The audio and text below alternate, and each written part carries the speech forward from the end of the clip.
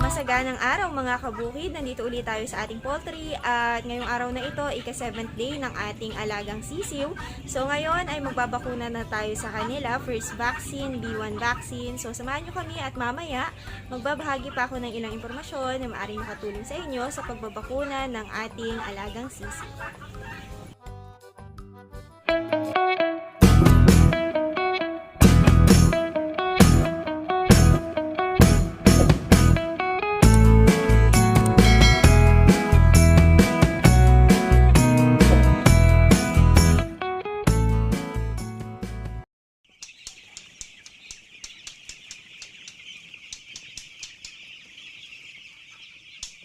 Mga kabukid, isa sa mga pinakaayaw nating mangyari sa ating mga alagang broiler ay magkasakit ang mga ito. Napakahirap kasing gamutin kung mangyari man ito at minsan hindi rin nakukuha sa isang gamutan o gamot. Minsan din ay nagkakahawa-hawa ang ating mga alagang broiler at higit sa lahat, masakit sa bulsa mga kabukid. Hindi naman kasi biro ang halaga ng gamot o antibiotic ng ating mga alagang broiler. Kaya dapat iwasang magkasakit ang mga alaga nating broiler para iwas sakit sa ulo at iwas sakit sa bulsa sa tulad nating backyard farmer. Bilang prebensyon sa mga sakit o nakakahawang sakit na maaring dumapo o maranasan ng ating mga alaga, tayo ay nagbabakuna sa kanila. Ang unang bakunang ibinibigay natin sa ating mga alagang sisiw ay itong B1 vaccine na panlaban sa NCD or Newcastle disease. Narito ang aming pamamaraan sa pagbabakuna.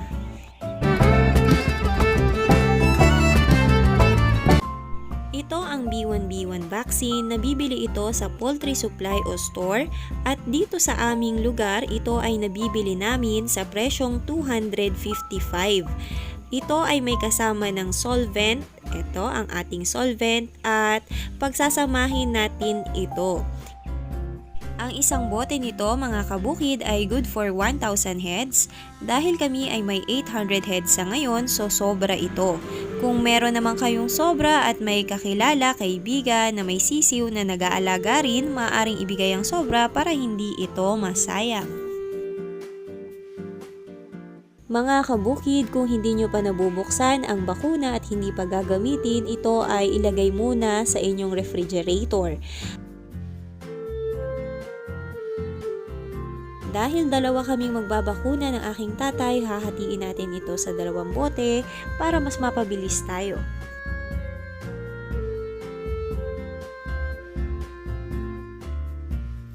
Naghahanda rin kami ng yelo sa isang lalagyan para dito natin ipapatong o ilalagay ang ating bakuna.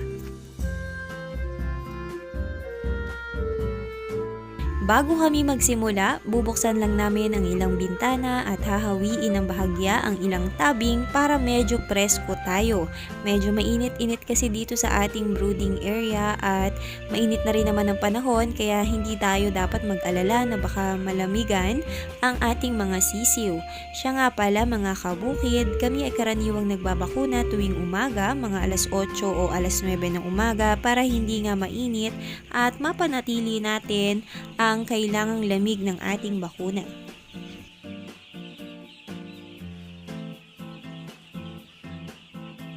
At kung mapapansin ninyo ay tinipon natin sa isang sulok ang ating mga sisiw para madali natin itong kuhain at hindi tayo maghabol. Siguraduhin lang na hindi gaanong siksikan ang mga ito para hindi sila magkaipitan.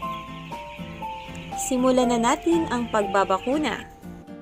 Pwedeng ipatak ang bakuna sa kanilang mata, ilong o bibig, pero ang pinakaginhawa sa amin ay ipatak ito sa kanilang mata.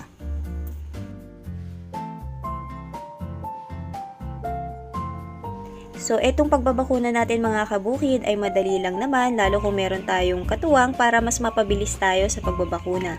So, karaniwan kapag kami ay nagbabakuna ng aking tatay, dalawa lang kami, inaabot kami ng 30 to 40 minutes dahil hindi naman talaga namin pwedeng madaliin ang aming kilos, baka sobrang mabulabog ang ating mga sisiw at mag-cause ito ng stress. At uulitin natin mga kabukid, kung sakaling tayo ay magpapahinga o hihinto saglit, ipatong ang ating bakuna sa ating lalagyan na may yelo.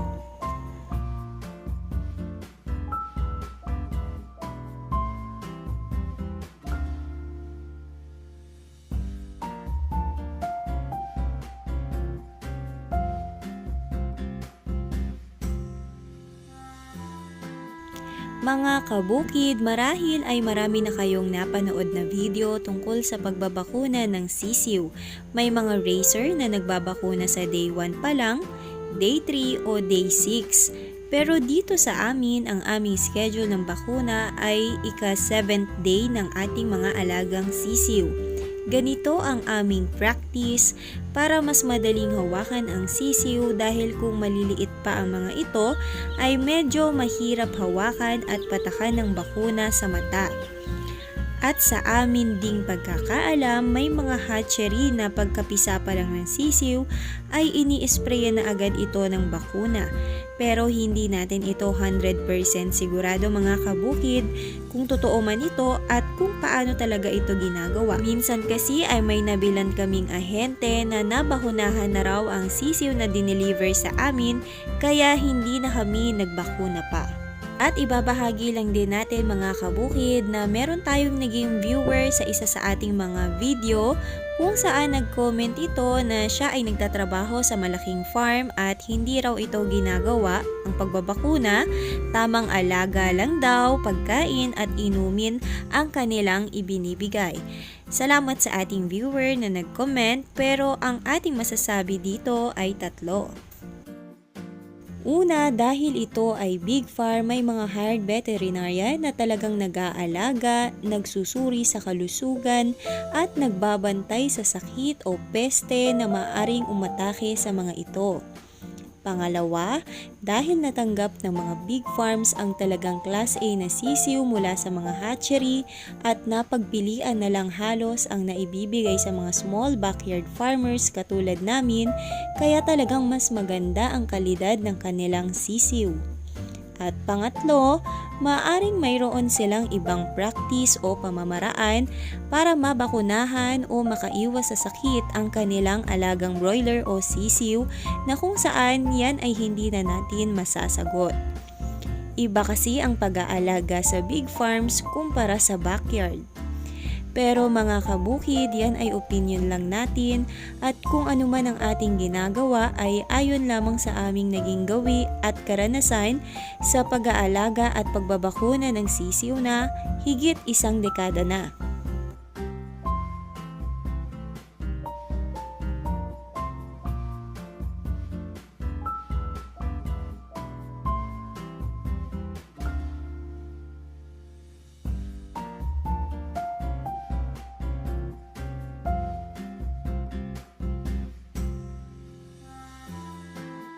At isa pa sa mga iniingatan natin mga kabukid ay huwag makapasok sa ating poultry o kulungan ang ibang ibon katulad ng maya dahil sila ay naghahatid ng sakit.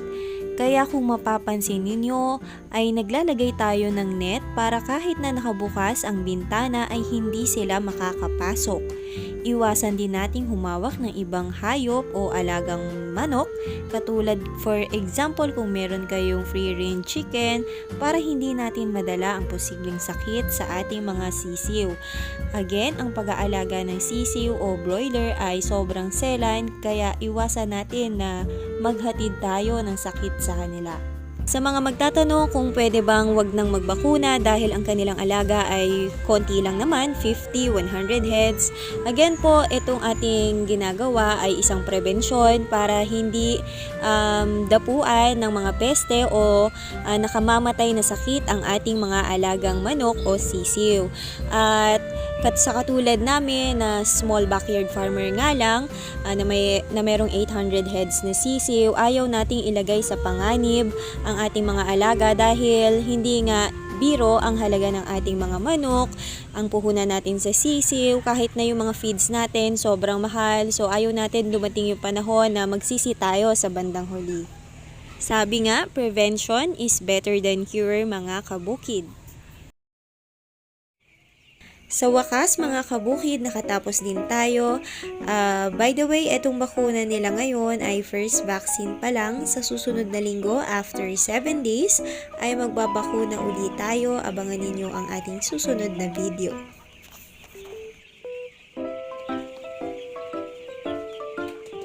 Mga kabukid, kung hindi nyo pa napapanood ang ating first 2 video na nagawa tungkol sa mga dapat gawin pagdating ng sisiw at sa update ng ating day 4 chicks, maaari nyong panoorin dahil may mga binahagi tayong mga impormasyon na maaring makatulong sa inyo sa pag-aalaga ng sisiw.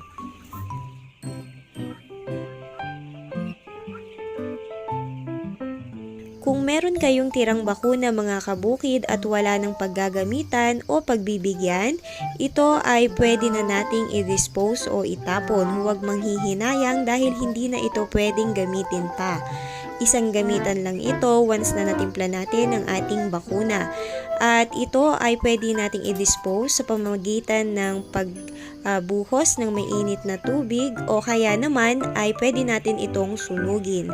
So mag-ingat tayo na huwag natin maitapon ang bakuna kung saan-saan dahil ito ay delikado sa ating ibang alaga, katulad for example kung meron tayong free range chicken, so kailangan ay ma-dispose natin ito ng maayos.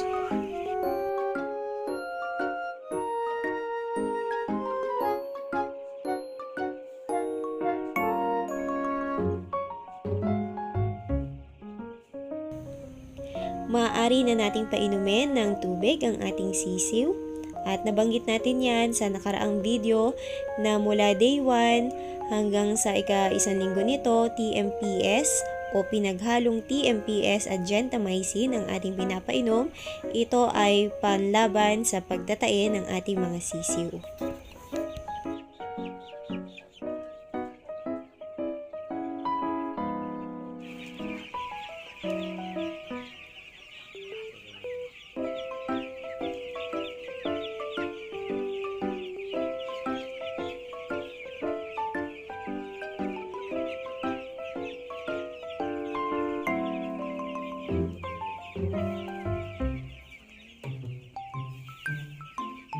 So, ito na mga kabukid, nakatapos na tayo sa pagbabakuna. Sana kahit papano ay meron kayong napulot na konting impormasyon.